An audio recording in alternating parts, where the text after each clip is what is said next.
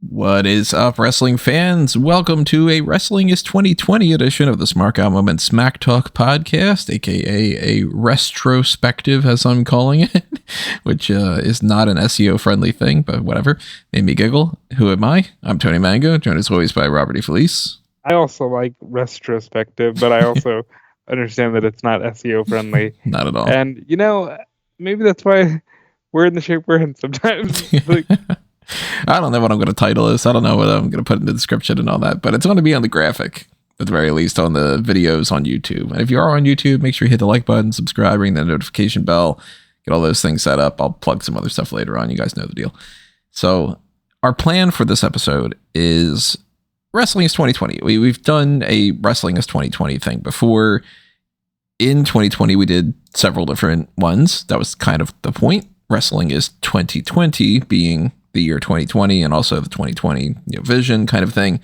And then we stopped doing it because not only was it not 2020 anymore, but we've over the past couple of years didn't think of anything else to do as a Wrestling is 2020. Everything else was like a going over, or it was some other kind of like a fan announce table or something along those lines. So realistically, we stopped doing it because if you just look at the calendar from 2020, it got so oversaturated with events. That completely took it out. And then, of course, there's been other things over the years that have been like, oh, well, let's try to do this. Let's try to do that. Let's do more like Mount Rushmores and play around with some other ideas. We did do one in 2021 of CM Punk's pipe bomb because he had come back and it was like, oh, let's do a retrospective there. So this is a wrestling with the past in some ways. It is a Wrestling is 2020. But we're going to call it a retrospective because whatever. It's a retrospective look back now that 5 years have gone by on 2020 WrestleMania season, because that's where we're in right now. We're only a few weeks away from WrestleMania 41. But back in 2020, we had arguably the weirdest WrestleMania of all time, the first ever 2-night WrestleMania, and the only one, hopefully, that will ever take place in front of nobody. Because this was during the COVID-19 lockdown and that pandemic, which is still going on, which people don't want to admit. Long COVID is a thing, even though I don't get to do it. you know our politics on here, and if you disagree with them, you're dumb. Look, hold on 2 seconds. Fuck our politics. You know for a fact that we got COVID. Yeah, science, and neither one of us can still breathe properly. Right? Yeah. Oh, but it's not. Stupid asses. They're not going to understand any of this. They wouldn't even get the retrospective joke anyway. So, obviously, we can talk about the differences in the world since then and the reasons why things are the way that they are and all. But we're going to focus primarily just on this WrestleMania and the WWE landscape that's changed since then. So, as a retrospective, we are going to look at the card itself, what happened, what changed, what happened as a result of it. Talk about like maybe some things that would have gone differently and maybe how that could have played out. And, a look back on something that's like, wow, we didn't think that was a big deal, but it ended up being a huge deal for certain things. And, everything along those lines. So as we do that, we always want you to leave your comments below or wherever you're listening to us. Tell us what you think about these things. Tell us what you think about our reactions and so on and so forth. So let's just dive into it.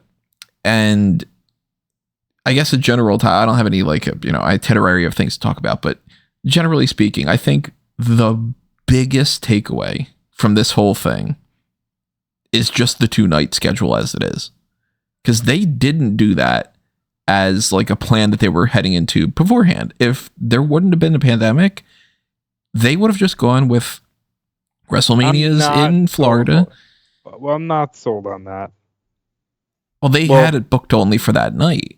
That's way too much to just go, well, a couple weeks ahead of time, we're going to add a second night and start selling a whole bunch of tickets. Well, remember, it was, what was it, March 15th? Well, then, like 19th or something, maybe? Maybe it was too close. Far too close to start selling a whole second night. But they were just considering it because the year before was the whole WrestleMania 35, and everybody was like up in arms because it was such a long show, Mhm. and the main event went on at midnight. Now we just call that every AEW pay-per-view. You guys know my thoughts on this. My thoughts are WWE gaslit you into turning one 7-hour show into two 6-hour shows, and you genuinely think it's better, even though the same number of people are getting featured, and you're still having problems getting people on the card in meaningful ways. I think 2-night WrestleManias are terrible. And my perspective is I like 2-night WrestleManias. I think you get more people on the card, but holy shit, can you please not do 2 separate 2-hour pre-shows that are pointless? Because man, that would make such a big difference if they got rid of those.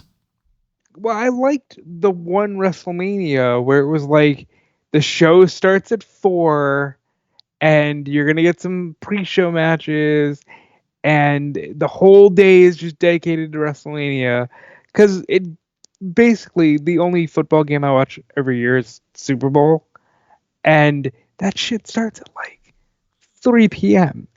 And it just that vibe of like, yeah, this is a big day. This is, it's WrestleMania. That's the only thing that matters. And now it's like, you've seen the stupid discussions that are like, well, yeah, what main events night 1 and what main events night 2, and hey, how come we can't make sure women main events, and hey, how come if the women main event, that means the Royal Rumble winner Jey Uso can't main event? And it's just like, you've created more problems.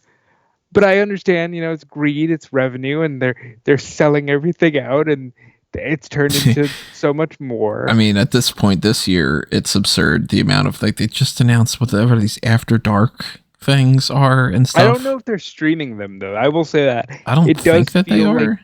It does feel like they're creating a really special event for the people attending, which is good because that is that's the goal, right? Like that's the benefit of doing WrestleMania, is it's supposed to be a once in a lifetime kind of experience. So I can get behind all of the extra stuff they're doing, but just on the surface, I don't like night WrestleManias.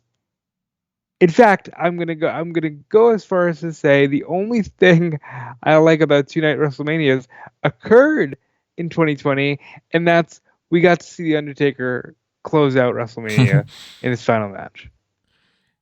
So that became more important because that's his last match. And I still don't even constitute that a match, because to me, that's a vignette. That's a backstage beat 'em up segment. The Boneyard match it's like a little movie.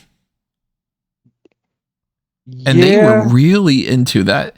Like, that gave them the temporary go ahead to do a series of things like that. This like cinematic era, as they were referring to it, where they did the Wyatt swamp fight thing, and they did the what was the name of the fucking the thing where there was like a monster in like the garbage. There was a whole series of events between Omos was a ninja, the War Raiders, and the Street Profits, which somehow led to Akira Tozawa had a clan of ninjas, and Omos was one of them.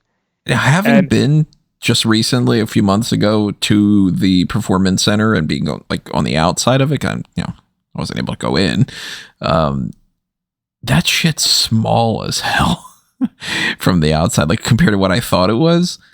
And that they filmed so many things around there is like mind-boggling to me. But that era was also mind-boggling because it was just so freaking weird.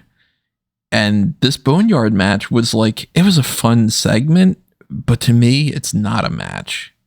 And there's another quote-unquote match that's even less of a match.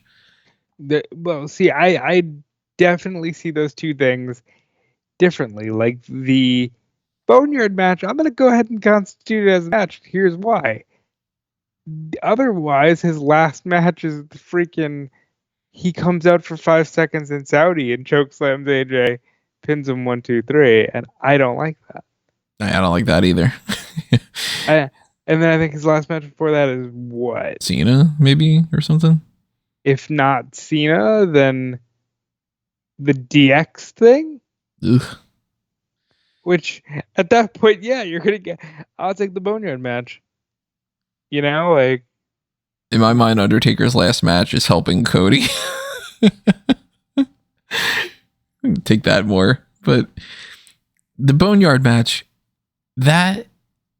It did have long-lasting repercussions when it came to doing that style, but then they eventually just stopped doing it. And, like, that was important for that era because they didn't have the opportunity to film in front of fans, and they did get a chance to experiment with a lot of things. And we saw some stuff during the 2020 stretch that was like, okay, this is fun and this is interesting and new and different and cool. And then we saw, oh, this is interesting and new and I hate it. And, you know, on an era where they have a lot of subtitles where everything was like Backlash, the best wrestling match of all time, and like, man, that shit was crazy, weird as all hell. It's like, okay, now it's Money in the Bank and they're doing it at the headquarters, which was like fun but weird. And I don't know, to me the Boneyard match just doesn't feel like it's the end of Undertaker for me. By the way, shame on us, these are the Undertaker's 5 last matches. It's the Boneyard, the Gauntlet thing, we forgot about this one, Roman Reigns and the Undertaker defeat Drew McIntyre and Shane McMahon at Extreme Rules. Yeah, completely forgot about that. And then how could we forget Undertaker versus Goldberg? Oh, that's right. That did happen after the DX. That happened after the DX thing, which is the 5th and I thought it was beforehand. Final match. Yeah, that's crazy. Yeah, not a series of good matches. I mean, Undertaker technically wrestles his, I guess, last match against AJ Styles, which that's, you know, an honor for AJ Styles. He main events the first night. Which, by the way, I don't know if it's serendipitous or not, but apparently that whole show was taped on March 25th, 5 years to the day of when we were recording this. Huh. It's hard to keep track of when they recorded things too. And so, you know, that's perpetually removed a lot of time frames for title changes and stuff. They recorded WrestleMania like 3 weeks in advance. We all knew a lot of what was occurring, and the wrestlers got to just sit at home, you know, watching WrestleMania in the pajamas, which is crazy. Yeah, it's got to be so weird for them. And like Drew McIntyre's talked about, like, oh, I was at home watching myself win the title and all. But this card was also changed a lot. And some of the matches that were planned just went through the way that they were supposed to. Some of the matches needed to be changed almost immediately upon the pandemic. Some of them they decided to change kind of at the last second.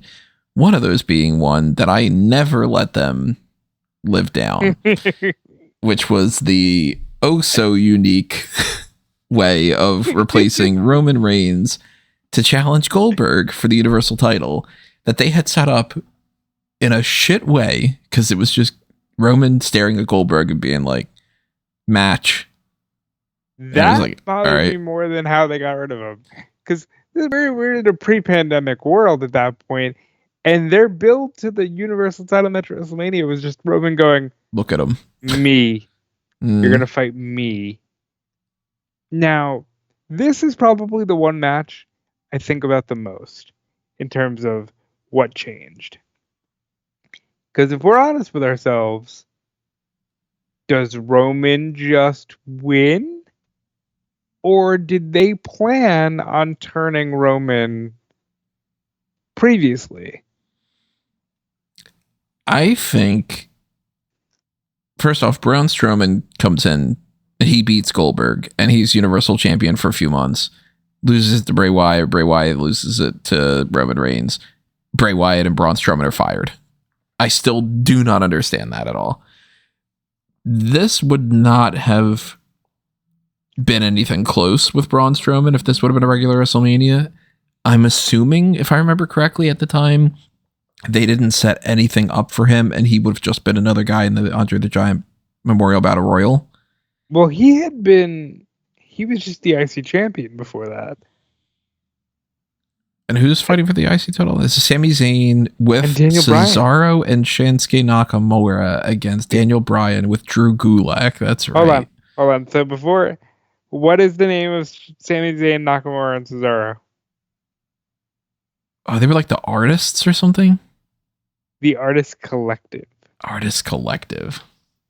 Yeah, I didn't like that group. That's by the way. That's another one of those cases of like this could be one of those interesting matches because first of all, on paper, that's like dream title match. They go for 9 minutes in an empty performance center and don't do anything crazy.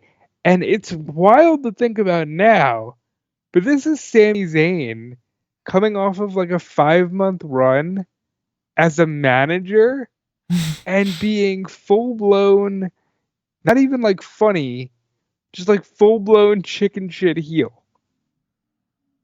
And Drew Gulak being like, I'm going to stop the cruiserweight stuff. I'm going to stop the PowerPoint presentation stuff. And I'm going to train Daniel Bryan. Well, Bryan genuinely loved him. I mean, if we look at the Elimination Chamber show, Bryan wrestles Drew Gulak. That's the funny thing about Bryan is it's like, dude, you could wrestle anyone you want. You're like, opening match, Drew Gulak. Like, that's just who he is. Which the opening match of this was Cesaro beating Drew Gulak. So that was one of those matches that never would have been on the WrestleMania card.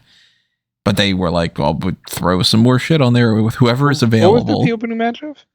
Cesaro beating Drew Gulak on the pre-show. Was that on like, oh, God. For 4 minutes and 25 seconds. Oh, God. No, yeah. Like. But going back to Braun Strowman probably never wins a world title if it isn't for this. Now, I like Braun Strowman, but I got to admit that that's probably true. And he certainly wouldn't have been like, okay, well, we're going to build Braun Strowman up as the guy that beats Roman. Because Roman, I don't think that they would have had him turn. I think that he would have just beaten Goldberg and been big dog Roman still. See, I kind of think they would have had him turn. And here's why. I think if you've heard Roman talk about that time in his career, he's objectively like, that's the worst. It was the worst time. I was just doing what I thought being a good soldier was. And I think with Brock leaving anyway, Roman could have turned and joined Heyman and everything. But I don't know. I can't imagine that they just did the big dog thing.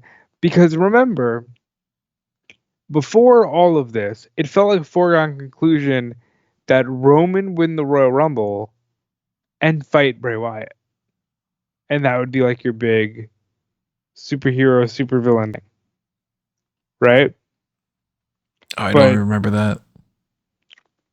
But that got a wrench thrown in it because Goldberg was just like, I'm going to beat Bray Wyatt and kill the Mystique. That's right. Goldberg beats Bray Wyatt. Yeah. Awful. God, they made so many bad fucking decisions. And again, not that they don't still, Again, this is pre-COVID.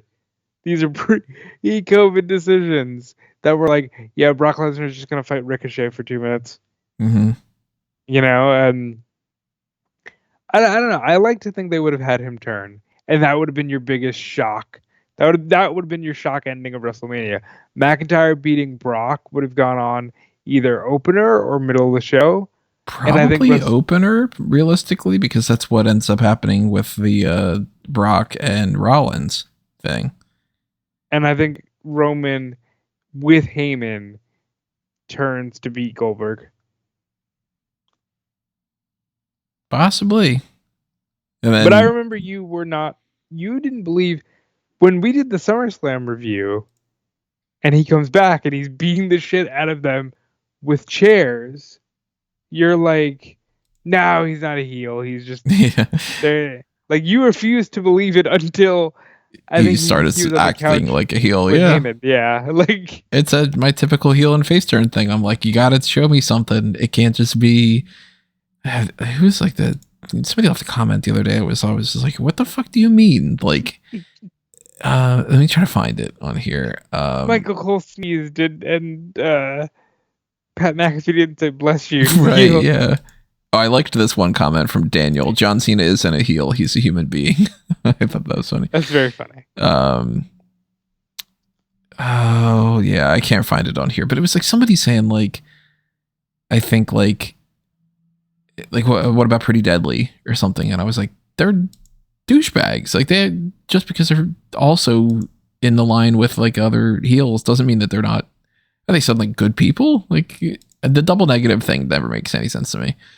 But yeah, I mean, it takes me a little bit when they don't turn somebody for such a long time. I'm like, all right, I don't trust that they're not just a little bit off today or something. I'm going to try to find what I had written about WrestleMania on the website. Let me see. WrestleMania 36. Let's go back in time, 5 years. So I had down, I mean, these predictions, of course, I don't know when I updated them too much ahead of time, but I had down under, like, it looks like it's March 31st. So I wrote down a bunch of, like, hey, COVID might change a bunch of these things around, like, predictions wise and all. But I had written down for the Goldberg Strowman thing. This title is cursed. Time for a rant. The first champion, Finn Balor, gets injured and relinquishes it within 24 hours. Next champion, Kevin Owens, is pushed aside in favor of Goldberg winning it just so he could drop it to Brock Lesnar at WrestleMania 33. Lesnar holds it for an entire year and beats everyone who could have possibly won it from him just to lose it to Roman in a rematch that people didn't want to see. And WWE decides not to pull the trigger, making that whole year worthless. The fucking Brock Lesnar rule. Then they have another rematch at Greatest Royal Rumble and still don't pull the trigger. But when they finally do at SummerSlam, they make the mistake of turning Braun Strowman heel in an attempt to give Roman somebody big to beat. It doesn't go over well. Then Roman has to relinquish the title due to his leukemia. Then they decide to not put the belt on Strowman, so they give it on to Lesnar again. He holds it till Mania, loses it to Rollins, who gives it back to Brock Lesnar, who gives it back to Rollins, only to lose it to The Fiend, who has problems with the title. Meanwhile, Kofi Kingston drops the WWE title to Brock Lesnar in 5 seconds so they can swap the titles, ... Only for Bray Wyatt to lose the title to Goldberg to set up a Roman Reigns match, only for Reigns to get pulled out right before WrestleMania. Then WWE says they're replacing Reigns in a, quote, unique way, and what happens? They just put a graphic up and say, never mind, Goldberg against Strowman, commercial break. And then I have a series of exclamation points and question marks. And then, look, we all need they need to give WWE some flack when it comes to WrestleMania not working out the way that it should have. I get it, but this is ridiculous. And my prediction was, since absolutely nothing has been established for this match, I'm saying Goldberg wins. He just beats Strowman because they never want to put that title on him, and it's just a means to make Goldberg look even stronger. Then they can drag out Goldberg Reigns until whenever they can film it again, even if that's SummerSlam. First of all, that in and of itself is hilarious. Because we didn't know what they were going to do. Yeah, it was like, are they going to be able to do WrestleMania at all? If they are, how long are they going to be able to film afterward? At what point are they going to be shut down? Because it seemed like that was a good chance that it would just be like, we can't do Raw tonight. The government says that we can't and all. And then it's like, oh, never mind. It turns out the government is completely fucking stupid and was just like, go ahead and do whatever because you paid us a little bit of money or whatever. They got lucky that the Performance Center is in Florida. Mm-hmm. If that would have been in New York or something, nope. If it would have been anywhere else, they would not have been able to run. Because as someone who lives in Florida, and who, by the way, Raymond James is 20 minutes from my house. Like, I would have gone to WrestleMania if not for COVID. As somebody who lives here, this place got overcrowded quick because we opened up I want to say 3 weeks after the initial shutdown. It was like, okay, we're going to start opening Florida back up. And, native Floridians were like having COVID is over parties 2 weeks after the lockdown because Florida decided to open up.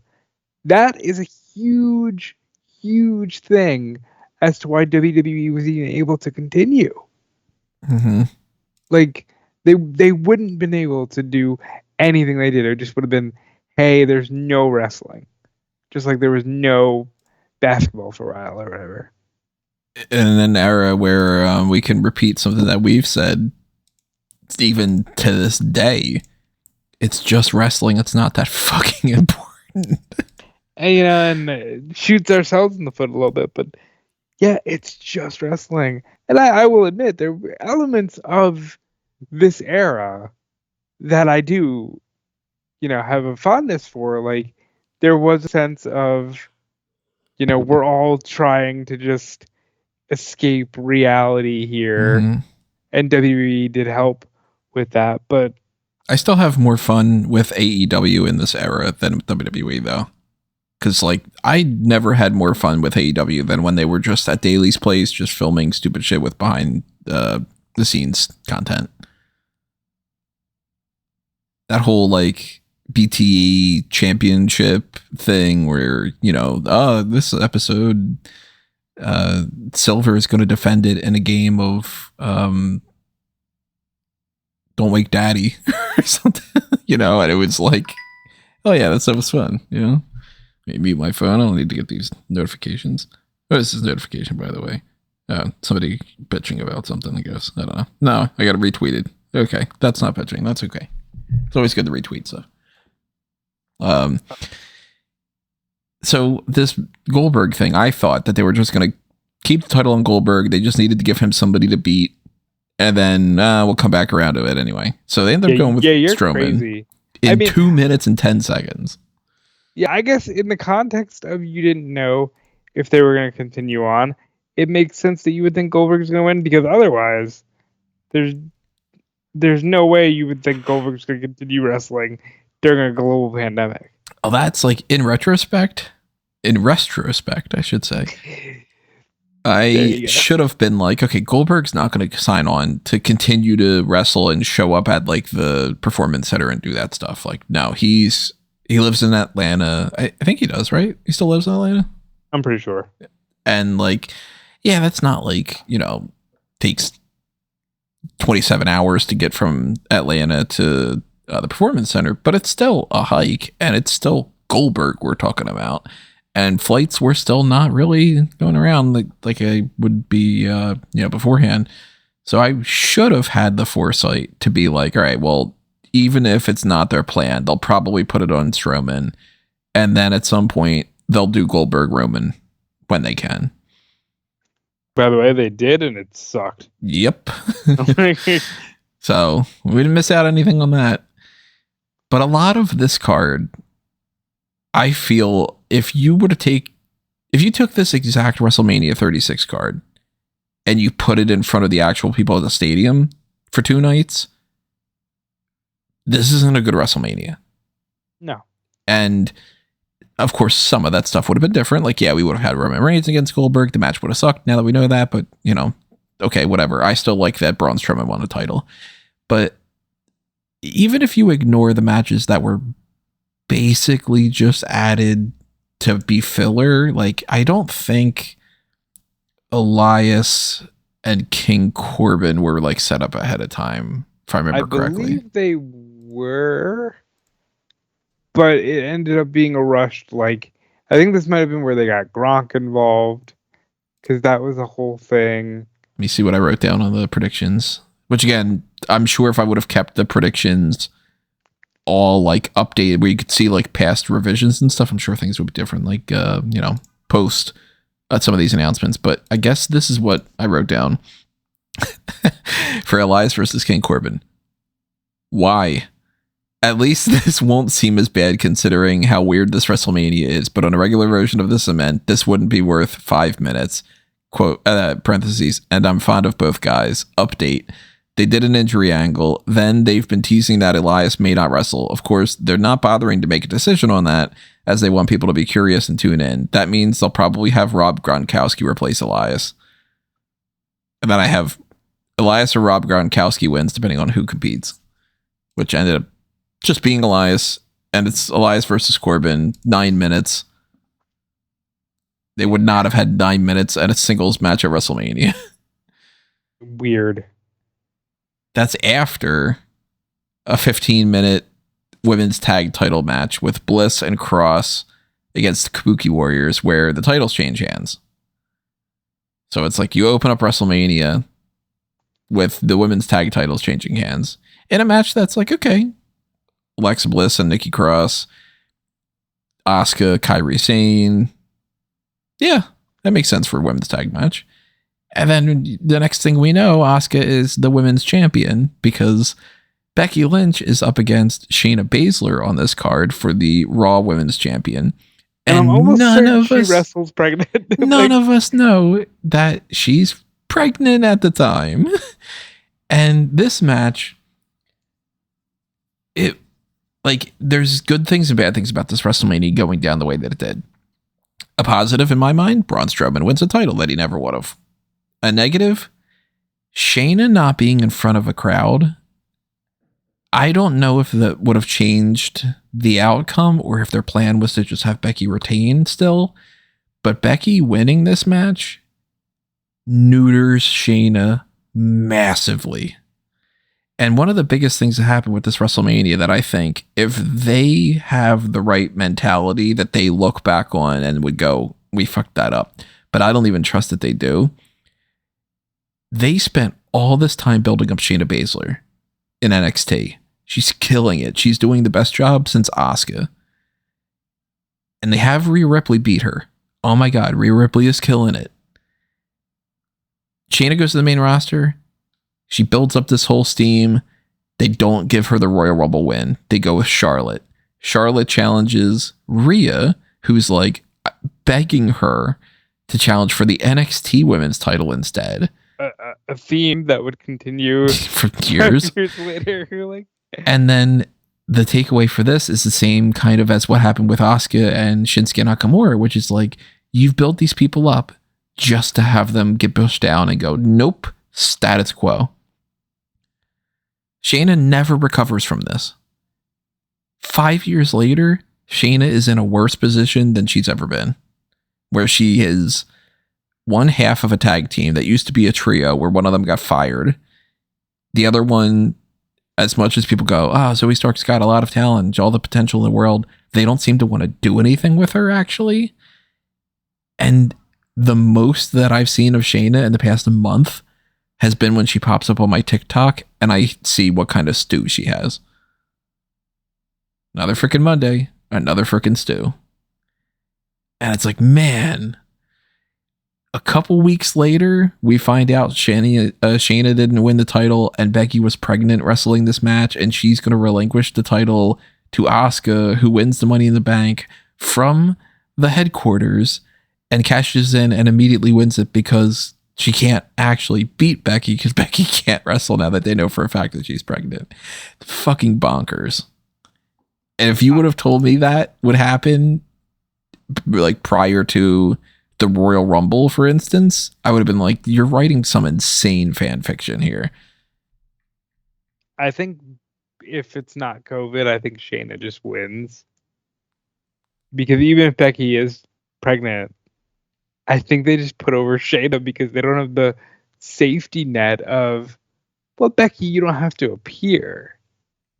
And no one's going to question it because these uncertain times. I think Shayna just wins. I think it's overselling it to say that, this match set her up on the wrong course because she came in biting Becky's neck and was immediately just like a different Shayna. Yeah, it was weird too. I do want to shout out Becky Lynch as this was a huge shift. Women now feel comfortable, going home and starting motherhood and then coming back. I don't think that happens without this. And I don't know for sure if it all happens the way it does because of COVID, but I do think that's a lasting legacy for Becky Lynch in some ways. That's more of a positive than you can get for some of the other people that have been involved in all this. Like, there's no positives that come from Shayna. No, not at all. Like, The most success she'd ever have was later this year when she'd be teaming with Nia. Yeah, the tag title thing. Yeah. By the way, for the Rhea Ripley thing, I had written down, it's very, very interesting that they decided to give so much of a spotlight to the NXT title. However, I almost take that more as them wanting to spotlight Ripley rather than the NXT women's division. Of course, giving NXT a bump helps with the ratings issue too, so that's another positive. I just can't see Flair winning that title and going down to NXT on a weekly basis, assuming we even still have NXT in the future with the way that things are shutting down. I have to imagine this is a vehicle to put Ripley over instead. Boy, was I wrong. Let me tell you how stupid, even knowing, I don't care what was going through your head, when Charlotte Flair is on the other side of the ring, the money says Charlotte Flair. This turned into one of those situations of, well, you can't bet against Charlotte all the time, like, because it just seemed to me it was like she's got way too much momentum. Like Ripley beats Flair, and that's like, wow, she really put her on the map. And instead, Ripley ends up tapping out and crying. And it took her 2 years, I think, to bounce back from that. 2.5 to bounce back from all that. Maybe arguably 3. Like yeah, she doesn't really get started until she's like doing the Judgment Day stuff. Because she's kind of a big time player in 21, but it's a rocky start. And then 2022, like the back end of 21 and the first portion of 22 is her worst run ever. Like she feels like just another woman on the card, which is an insane thing to say. So kudos to her for bouncing back. This should be your women's world title match this year, because Charlotte should have just said, we're going to finish the trilogy. But now instead she's going to have a match with Tiffany Stratton where the feud is Tiffany is fucking lost and doesn't know what to do, and Charlotte is bored. This feud sucks. I hate this fucking feud. Program. Yeah, I don't know 5 years from now if we're going to still be around and be able to look back on what we're saying about this now, but like, man, fuck the Flair and Stratton feud. It's terrible. But speaking of not a fan of things, let's talk about Bayley defending SmackDown Women's Championship in a fatal 5-way elimination. Why are you laughing? Yeah, because I remember this being like, they just kind of went, just fucking whoever's available, you can do it. Because it's got Sasha Banks, Lacey Evans, Naomi, and Tamina. Like, no way in hell would they have booked this fucking match if it would have been the right. Why is Dana Brooke on the poster? Is she even on WrestleMania? Why is she in the poster? I don't see Dana Brooke's name. Wait, Dana Brooke was originally scheduled to be part of the SmackDown Women's Championship elimination match, but she was taken off the card as a precautionary quarantine. So she was on the card. Hold on, I like what you wrote here. It was just, why was Paige a part of this? Why, we know now why Carmella wasn't involved and why Dana Brooke was taken out of it, but why was Tamina considered someone worth investing in? No, Jesus Christ. No. You can always go back and check out that stuff on Smark and everybody. You can see my my I don't give a shit response to a lot of this. What did Tamina do to you? Performed the way she did. God damn. So I had said WWE botched this whole thing with Bayley so much they had her beat every single person on the roster, only to say, well, we didn't set up anyone to challenge her, nor did we bother turning Sasha Banks to feud with her, so let's just throw a bunch of people in there and hope that the quantity comes off as quality. Some of his parts don't matter. The only thing that's interesting is if Banks wins the title and that causes a split between the two. If anything other than that happens, be it Bayley beating everyone again or someone else winning the title in bland fashion, it'll be a waste. But even still, WWE never should have been in the situation where this was their game plan. I fully agree, again, with that. If you are, and this applies to this year too, if you don't have backup plans for WrestleMania, like realistically, when WrestleMania ends, you should have a general idea about some ideas for next year's WrestleMania. Now, a lot of that is going to change over 12 months. So by the time you get to SummerSlam, you should have maybe half the card in mind. By the time you get to Survivor Series, you should have 75% of that card. Royal Rumble, by the night of Royal Rumble, that shit should be locked down.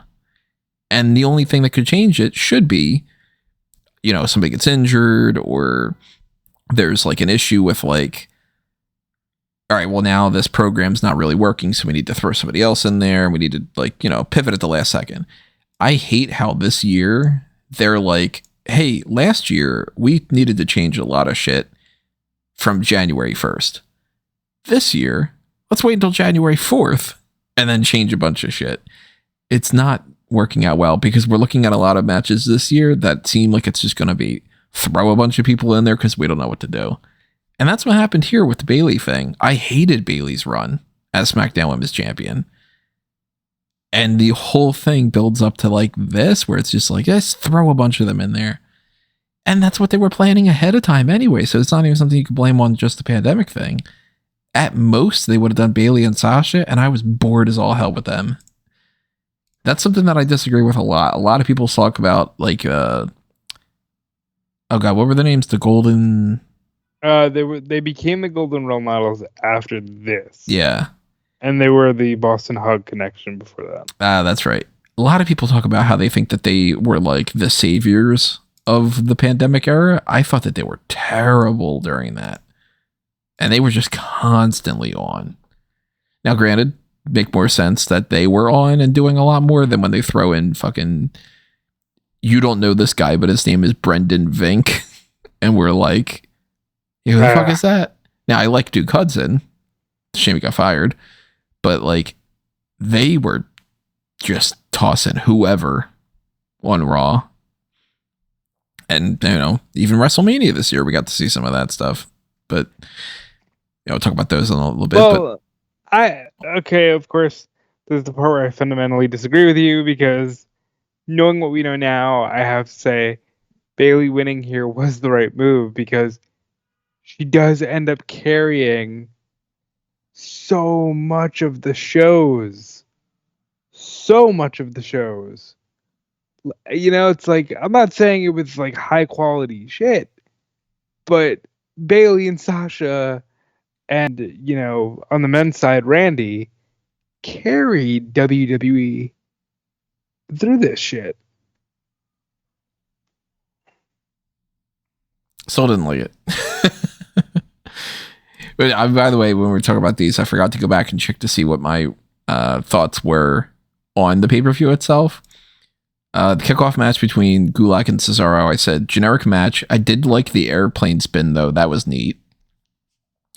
Kabuki Warriors, I said, well, I got that one wrong. I guess they're going to go with feel-good stuff across the board. This was a pretty good match.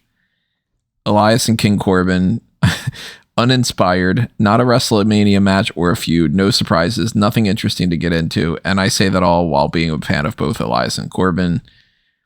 Becky Lynch and Shayna, thoughts. Funny story, I missed the end of this because the WWE Network glitched out for me and refused to let me rewind it. I didn't even get to see the pinfall, so now I'm in an even worse mood than I've been, if you believe it. Now, out of all the matches of all the nights, all the points in the match, a function on the network stops functioning. Sami Zayn and Daniel Bryan was not as good as I was hoping that it would be. This definitely didn't feel like WrestleMania either.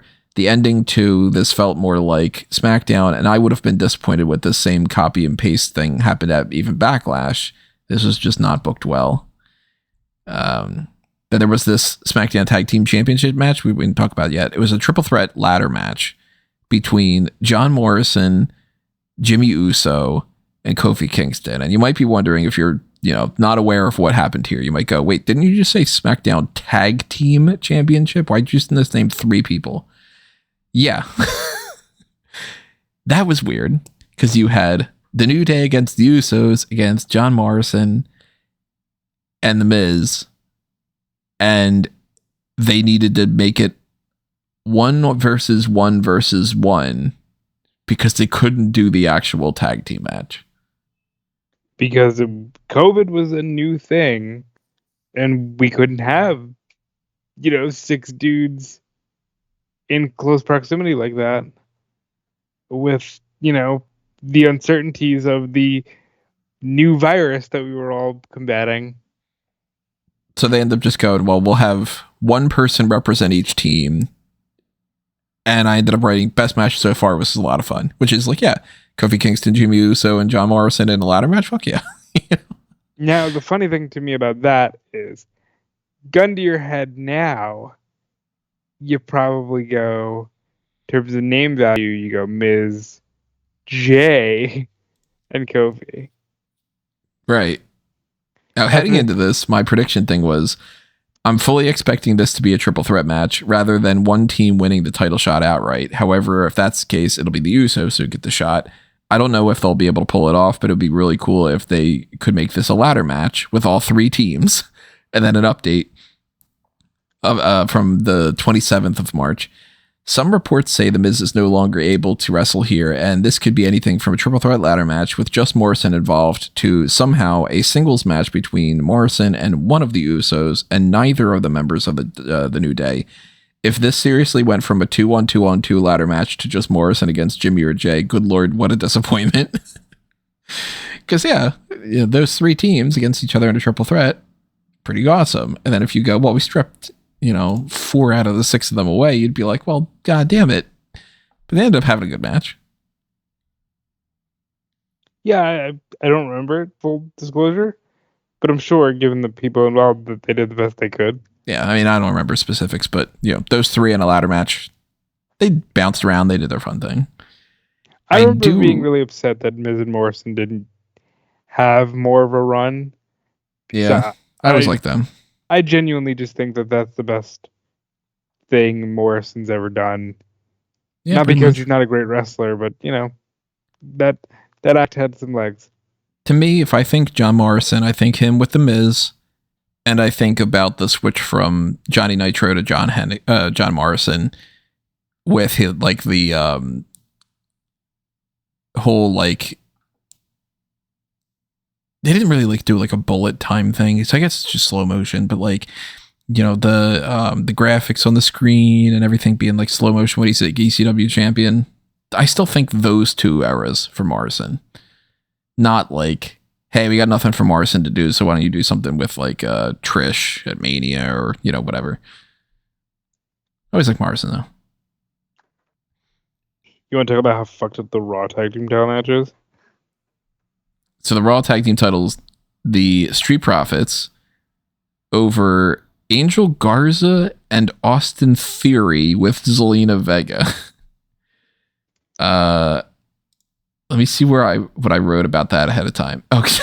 Okay. So I wrote down, what? And then I wrote, to be fair, I didn't think these belts would be defended. I originally thought we'd get Street Profits against AOP, against the Viking Raiders, against the OC in a fatal 4-way. Then Razor got injured. OC focused entirely on The Undertaker, and the pandemic happened, limiting the amount of people who could appear at events. But I definitely didn't think the United States champion would be fighting for the Raw tag titles. Then I didn't expect Andrade to get injured and replaced by Austin Theory. This is all over the place bonkers. To be honest, I think as great as Austin Theory is, they missed an opportunity.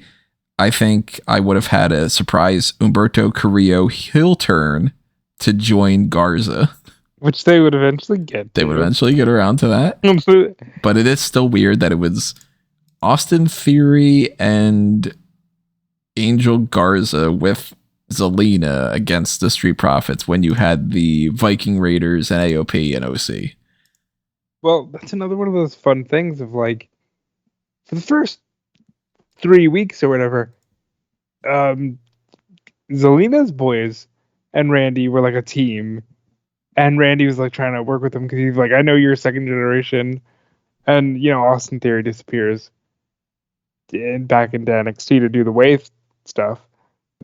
That's another one of those things that's like, this never would have happened, and it's just a random match. They're just playing with the pieces that they have in front of them. And out of all the things that happened in this, Bianca Belair makes her main roster debut. One of the most important things we now know just in the history of WWE. I maintain Bianca is their female Cena. In a lot of ways, she really is. Like she just is. she's, she makes an argument for being the best woman that they've ever had. Like, ever in the history of professional wrestling. And she makes history as soon as the next year, because she's, she wins the pandemic Royal Rumble. Yeah. In front of a bunch of video screens. And she becomes the first, black woman to win a main event of WrestleMania. She becomes one of only two women to this day to headline WrestleMania in a singles match. Like, Bianca Belair is so important, and she debuted in front of no one. Isn't that weird? It's so strange. And of course, like, she goes on, she starts wrestling on Raw since then and all, but like, I wonder what this would have been if it wasn't for the pandemic.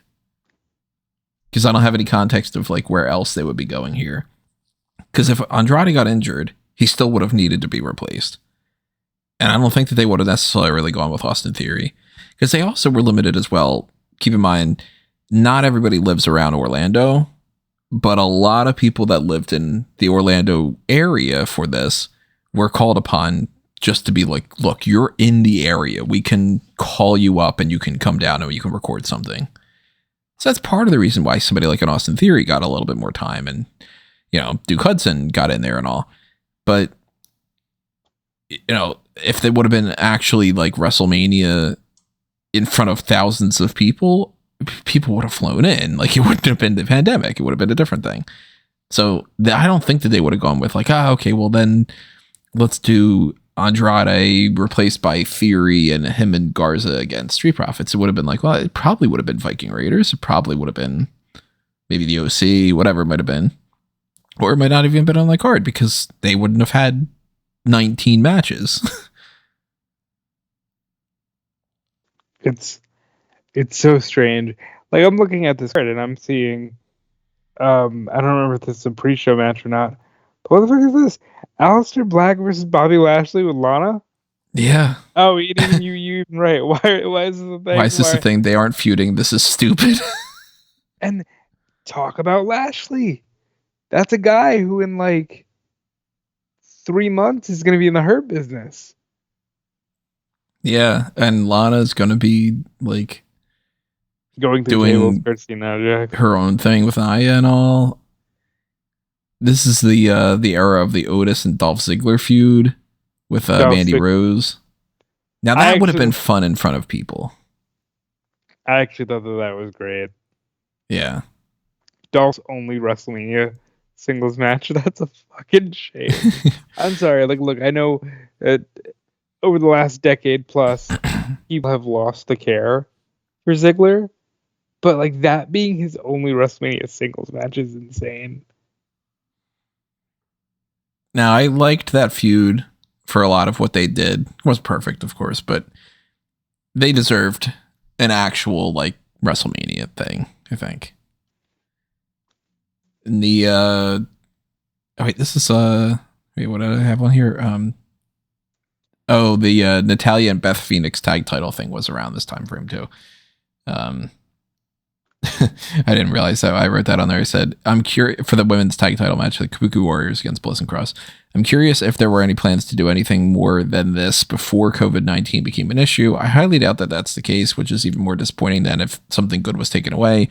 For example, if we find out that they did want to have Natalya and Beth Phoenix win the titles here, then that sucks. But doesn't it suck even more to think that the only thing WWE planned to do with months in advance to figure something out was always to just have a rematch from Hell in a Cell? I don't doubt that these past few weeks with WrestleMania going down the drain have been hard to figure out. But if their game plan from the start, if that was their game plan from the start, they shouldn't have been paid to be, quote, creative, as that's just copying and pasting something from October and saying good enough. I mean, honestly, 5 years later, I couldn't tell you that was the main event, or not the main event, but the tag match from Hell in a Cell in 2019. But yeah, it sounds like something you would write. Yeah. Also, a thing that happened at this Mania that set, I don't remember if they had done this prior to it too many times, but I remember this being one of those examples where I'm like, this is going to be a thing, and I don't like this. And then it continued of the let's start a feud in October or November and then just drag it the fuck out until Mania. And they did that with Kevin Owens and Seth Rollins. Now, I wrote down on they made it seem like this was going to be a gimmick match of sorts, with Rollins saying that Owens could even pick the stipulation. Instead, they did the worst case scenario. They kept these two fighting in tag team matches from November until April, only to have the culmination be a regular singles match. As much as I'm a fan of both, this is massively underwhelming.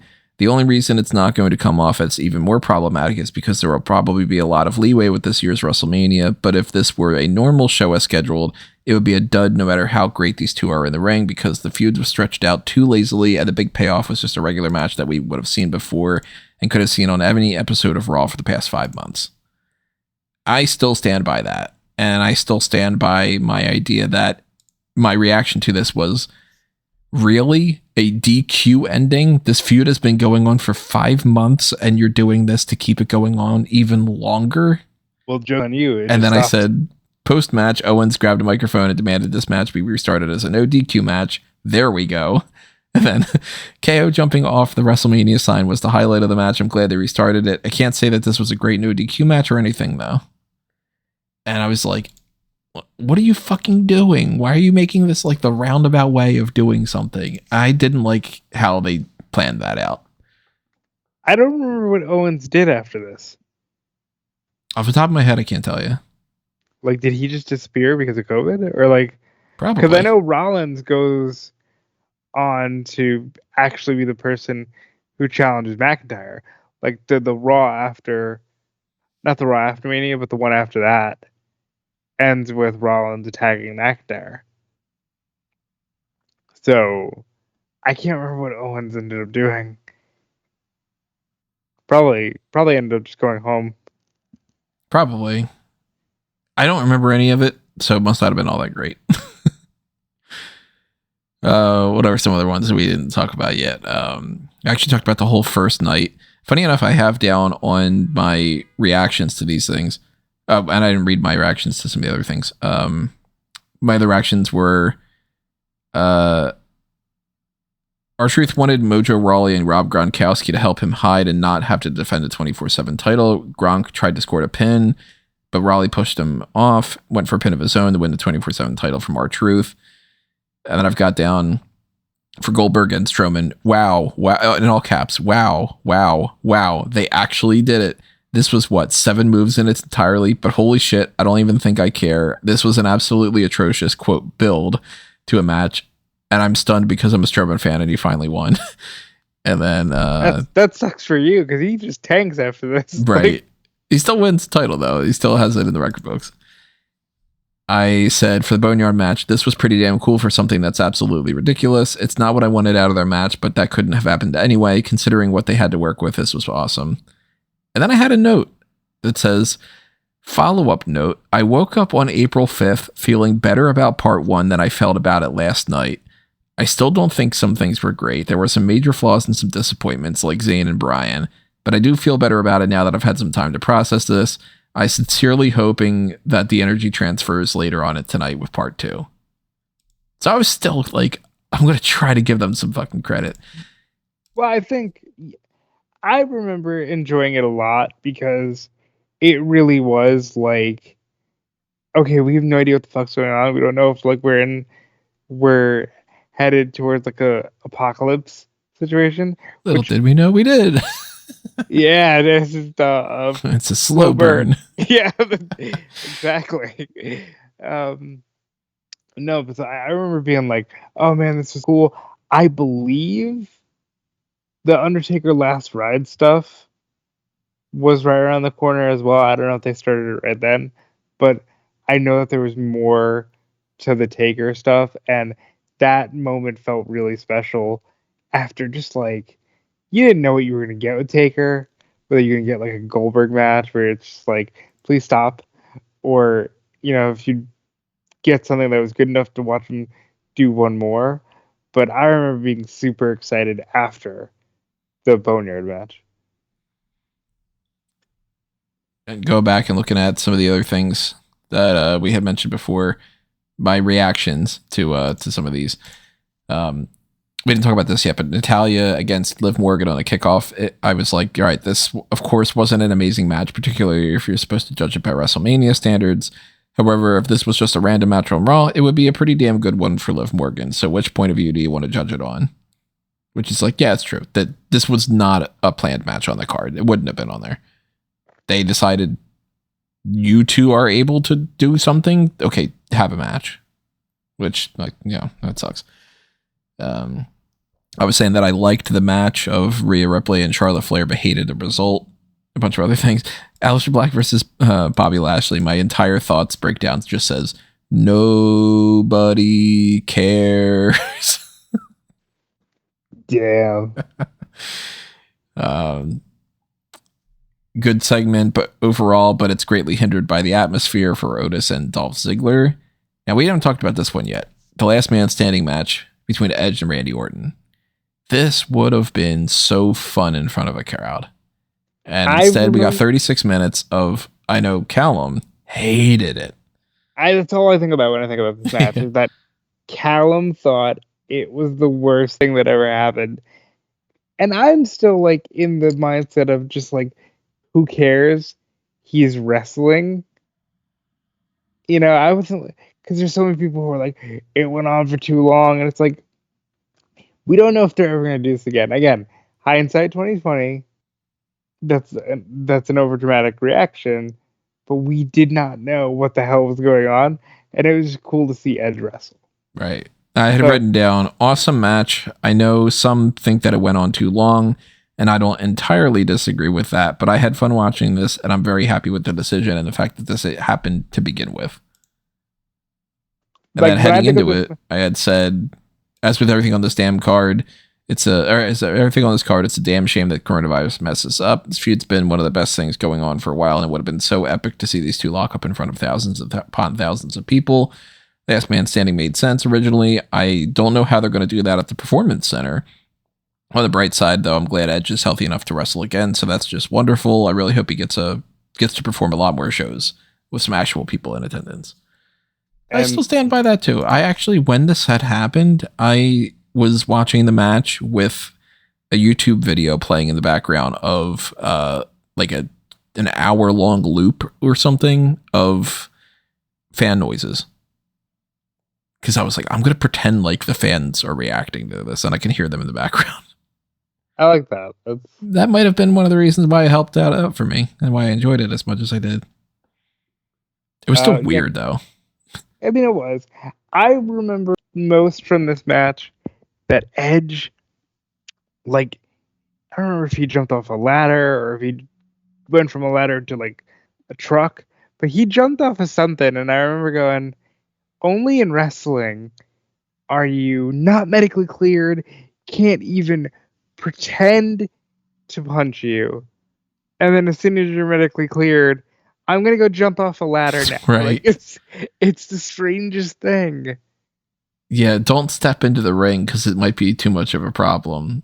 Oh, you're cool? Well, then why don't you jump head first? Or like Danielson, when it was like, he can't wrestle, you can't touch him, and the night he gets cleared, they have Kevin Owens powerbomb on the apron. Just like, what are you doing? Wasn't he just like at risk for paralyzation? And that's exactly how I felt for this match with Edge, where it was just like, what are you doing? And then was the next night on Raw when Charlie Caruso's like, it might be the greatest wrestling match of all time. And you're just like, what the fuck is this? Yeah, this is weird.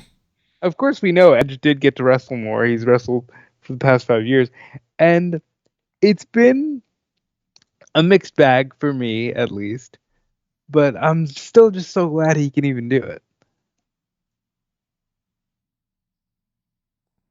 Yeah, it's crazy to think that you go back 5 years ago, we're like, oh man, it's amazing that Edge is actually here. We have no idea what the future has in store. And then again, you go back and you show this kind of footage to us back in 2020, and we go, by the way, he's going to be on AEW, and we'd be like, what the fuck are you talking about? What do you mean he goes to AEW with Christian? Like, Yeah, because I think Christian had just gone, right? Like, because no, Christian's not even back yet, is he? He goes next year. This is it next year. Yeah. That's great. Wow, that's crazy. That's crazy even thinking about it now. Because it's like, Like, wow, Edge is actually back. And then if you transport yourself and you go, you think that's crazy. Next year, Christian's going to be back in the Royal Rumble. They're going to have a thing. And then they're not going to wrestle in WWE. But it's okay. Both will end up in AEW. Oh, by the way, that Brian Pillman guy is going to be in NXT. Like, you know what I mean? it's so, and like Danielson even, where you're just like, yeah, by the way, he's not gonna stay with WWE. He's gonna be Bryan Danielson in AEW, and you don't even know what's gonna happen with CM Punk. Like, And if 2020 versions of us are talking to us now on the 26th of March, 2025, and these people go, okay, so then what happens with this whole Goldberg and Roman thing? And you go, oh, that's right. Roman turned heel in the meantime, and he's back to being a babyface. In those 5 years, he was basically champion the entire time. and like, By the way, Cody is the champion now. And you'd be like, what the fuck do you mean? I know, and then you're like, Cody's by the way, guy that run this. He just started this AEW thing. like Jey Uso is like a top babyface in WWE, and is completely separate from his brother. And He's feuding also, with Gunther. Who's Gunther? Oh, he's Walter. yeah, like, and also Walter is Gunther, and Marcel you don't Bartel's girlfriend is also the champion. you don't know it yet, but that Ricky Starks guy that just showed up in AEW is going to be in NXT, and that's the fun part of all this. Like thinking about how exciting that is to look back on. God knows what we're going to be 5 years from now going. If we could go back to March 2025, we would be telling the story of, I don't know, the way that Joaquin Wilde became the top guy in the company or something. I like Joaquin Wilde. I don't know why I'm singling him out. And like, unfortunately, it's not entirely all fun, exciting, because there's some sadness too. Because gotta talk about this Firefly Funhouse match. Yeah. So my prediction thing for that was, let's see if I can find it on here. The Fiend absolutely has to win this if there are any plans on him being a main event series title contender for the future. He dropped the Universal Championship so he can use a big win to offset that. Cena is a legend who never needs another win in his career. He's perpetually made. And when Roman Reigns or a babyface Braun Strowman beats Goldberg for the Universal title, if Wyatt comes out of this victorious, that'll make the case for Reigns versus Wyatt post-Mania. That's all up in the air, though, with the Roman Reigns situation. The way they did this was Cena saying he shouldn't have taken up a spot at WrestleMania, only for Wyatt to point at the sign and Cena to tip his cap was stupid. And I've already seen these two fight at WrestleMania, so I'm not actually all that into it. However, I'm curious what this Firefly Funhouse gimmick will end up being. Now, my reaction, what the fuck was that? That was my entire reaction. So I'm curious what this is. And then, wait, what was that? Because it's weird. It's an art house it's a short art house film. It's like somebody made like a YouTube music video of clips or something. So like it's just an experimental piece essentially on John Cena's career. And it's just John Cena reliving, like he's having a nightmare basically. He's looking 5 years into the future. He's back in his first match. He's like ruthless aggression, and then he can't manage to smack the guy, or he does the heel turn NWO thing, and they ended on this thing where it's like John Cena actually embraces the aggression, and I forget what the line was. It's something like, "What are you gonna do when it's all actually gone?" or something like that, and then we don't see John Cena again for a year and a half. And unfortunately, by the time we see John Cena again, Bray Wyatt's not even in the company. And more unfortunately than that, he would come back a month after John Cena leaves again, and then sadly pass away a year after that. Like, the story of Bray Wyatt is a story of a guy who deserves so much better. Bray Wyatt's career can basically be summed up as lots of potential and none of it worked out the way it should have. And that's so unfortunate. And now we're getting to see, again, if you go back in time to talk to the 2020 versions of ourselves and you say, wow, isn't it kind of weird that you saw John Cena do this whole NWO thing? By the way, just a couple weeks ago, he turned heel on, remember I told you Cody Rhodes is champion, keep up, pal. He turned heel on him. And by the way, The Rock was there. The Rock was there to instigate that heel turn. And Bray Wyatt's dead. You'd be like, what? Yeah, and it's really... From COVID. Yeah, imagine that. It's really just, it's sad. You know, like it's... I look at Bray Wyatt and I go, he's a guy who deserves so much more. And I look at this match and I go, look, all things considered, this is probably better than whatever they would have done in an arena. I don't even know what they would have done in the arena because they would have just had a regular match the same as they did before. Like, I imagine it would have been Cena trying to give back to Bray after Bray just suffered the embarrassing Goldberg loss. So I imagine it would have been like Cena gets smashed and obliterated, and Wyatt makes him pass out to the mandible claw. Which would have been another like, all right, why did we do that thing at Mania with Cena? Which was just like a running thing for so many years. And that's why the disappointment for me with the John Cena stuff is so strong, because he even said it this year. He's like, I haven't headlined WrestleMania in 13 years. Yeah, or not 13, in 12 years. Like, that's a long time. And for whatever reason, they never bothered to put him in that spot. All because of Roman, I guess. Yeah, I guess that is true. But even still, like, they've had people that were in similar positions to John Cena on other WrestleManias, and they made a big spotlight for him. Like, look at Ric Flair and Shawn Michaels. Two people that they gave big spots to for multiple years. And then you get like Cena around and they're like, hey, how about you sit in the crowd and we don't even announce an Undertaker match. But then when we do announce it, it's during the show and he just wipes the floor with you. But I genuinely believe that that's John, though. That's John being like, well, I don't want to take up a spot. Well, I don't want to, doing the whole like too nice for his own good thing. Well, it was just an experiment. We know that now. Yeah, I guess that's true. He was just experimenting with our emotions. And technically the main event, but technically not. In other ways, Drew McIntyre beats Brock Lesnar in a 4.5-minute match. But even watching WrestleMania, that's not the main event, because the next night on Raw, they end up going, by the way, Drew McIntyre also then beat Big Show. What the fuck was that? I remember genuinely believing that Big Show was going to win the title. Me too. Being like, oh my God, if they filmed that then, did they do that just to be like, haha, we got it. Now Big Show feuds with Drew McIntyre and we could stretch this out or something. And not only that, but Big Show had the Big Show show coming to Netflix. And I'm like, oh no, he's going to get a Swan Song world title run. He would actually end up basically getting a Swan Song because he would end up in the thing with Randy and the Legends. But yeah, I really thought Big Show was going to win.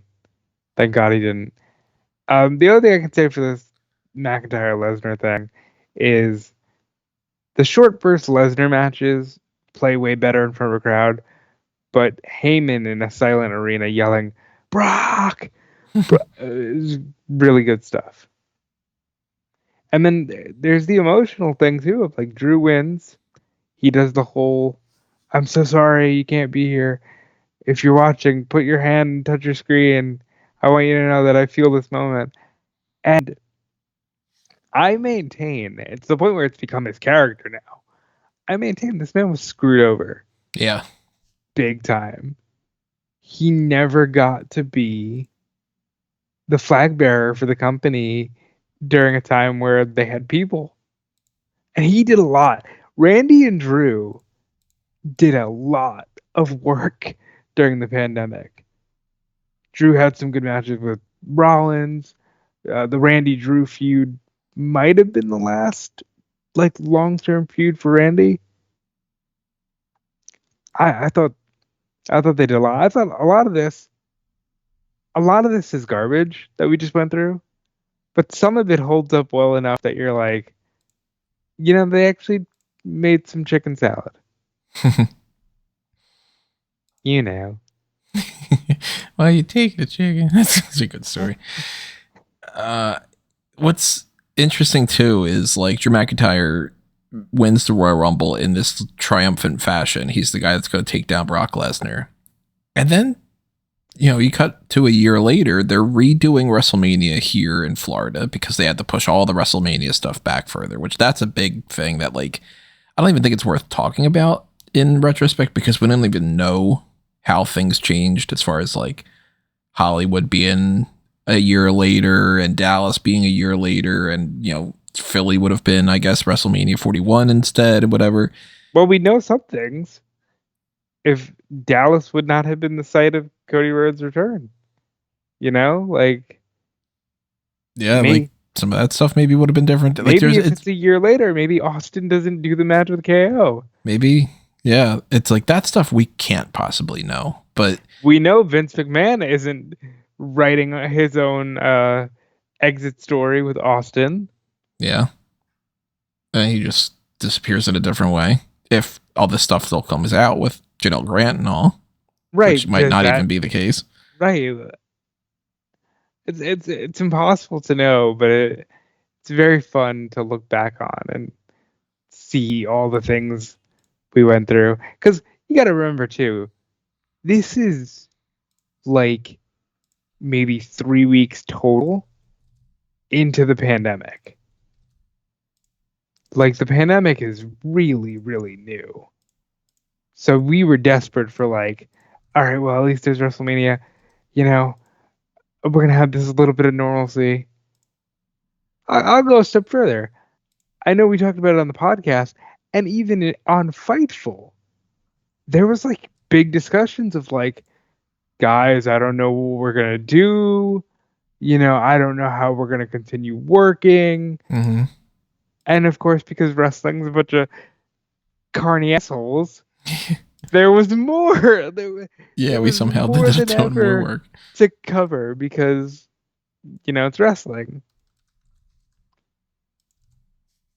But one of the things that comes out of this, though, that's really strange to think about is that babyface hero, savior of the masses, Drew McIntyre, ends up getting another big boost to his career by being a heel that bitches and complains about how WrestleMania happened like this. Because, you skip forward a year later and it's like him against Lashley and he falls short. He did get to like fulfill his promise of being the first guy to walk through the curtain, right? Which I thought was cool. Yeah, but it falls short, and then I think he's fighting King Corbin, not King, Happy Corbin, at 38, and then by 39 he's like kind of getting to that salty place of like, where's my moment, And it's Brock, really strange how some of these things worked out. And some of them worked out for the better. And some of them, we talked about some of the stuff that already was like, never bounce back after this. I think the legacy of this WrestleMania is it's the best and worst of WWE.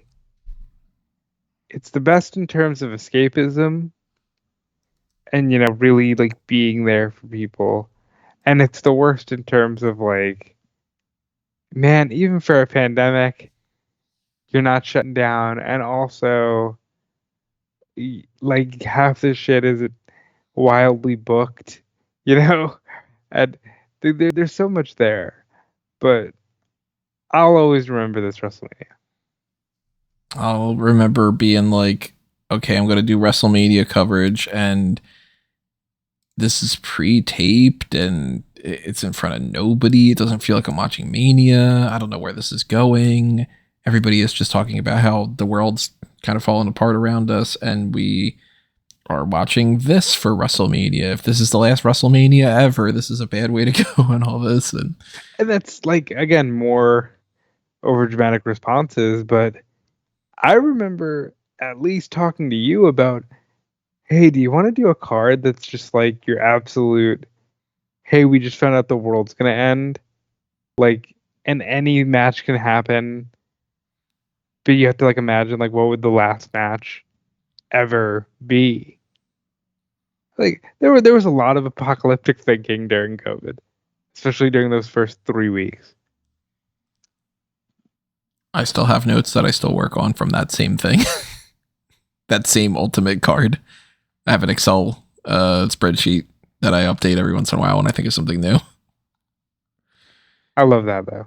But that's when you get when the next 5 years are the next 5 years. So if you enjoyed this discussion, everybody, keep in mind the support that you could show is all across the board, something that can really actually help out a lot. So if you were enjoying this and you didn't already hit the like button on the video. If you aren't subscribed already and you actually got to an hour and 20 minutes in this, then it must mean that you enjoyed listening to us. So subscribe, because we do this thing all the time.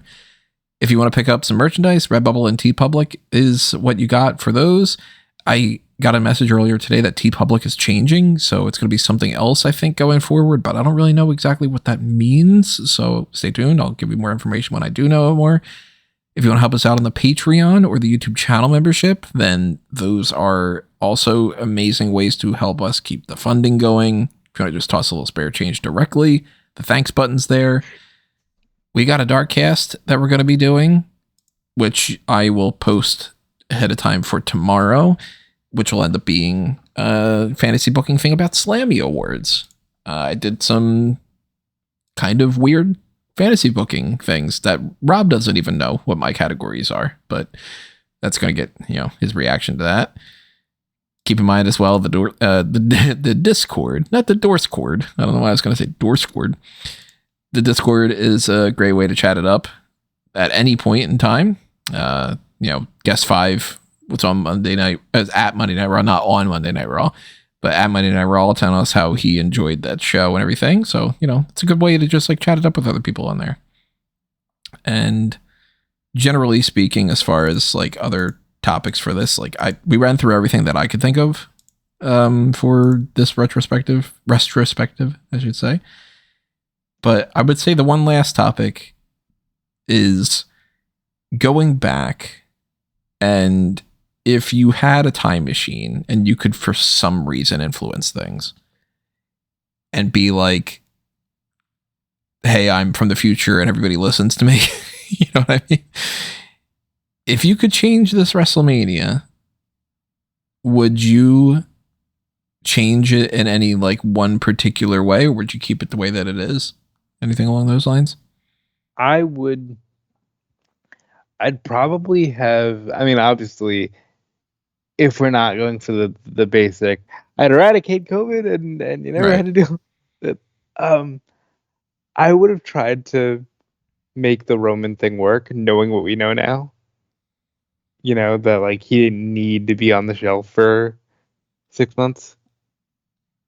That's something that comes to mind.